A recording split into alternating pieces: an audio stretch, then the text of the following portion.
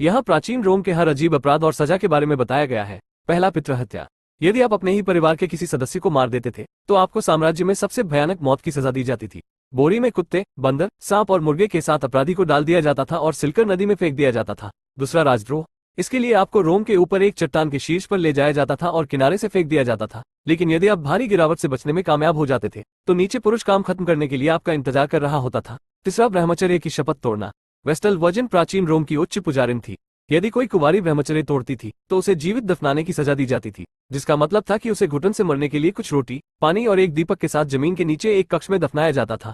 चौथा, विष देने वाले, जादूगर और ईसाई महिलाएं। इन दुर्भाग्यपूर्ण आत्माओं को एक ढेर से बांध दिया जाता था और भूखे शेरों के झुंड द्वारा खाए जाने के लिए छोड़ दिया जाता था। पांचवा, एएस सम्राट होने के नाते अक्सर खंजर से मार दिया जाता था। वास्तव में 33 मारे गए रोमन सम्राटों में से 30 की मृत्यु इसी तरह हुई, जिससे रोमन सम्राट का काम सांख्यिकीय रूप से इतिहास में सबसे घातक व्यवसायों में से एक बन गया।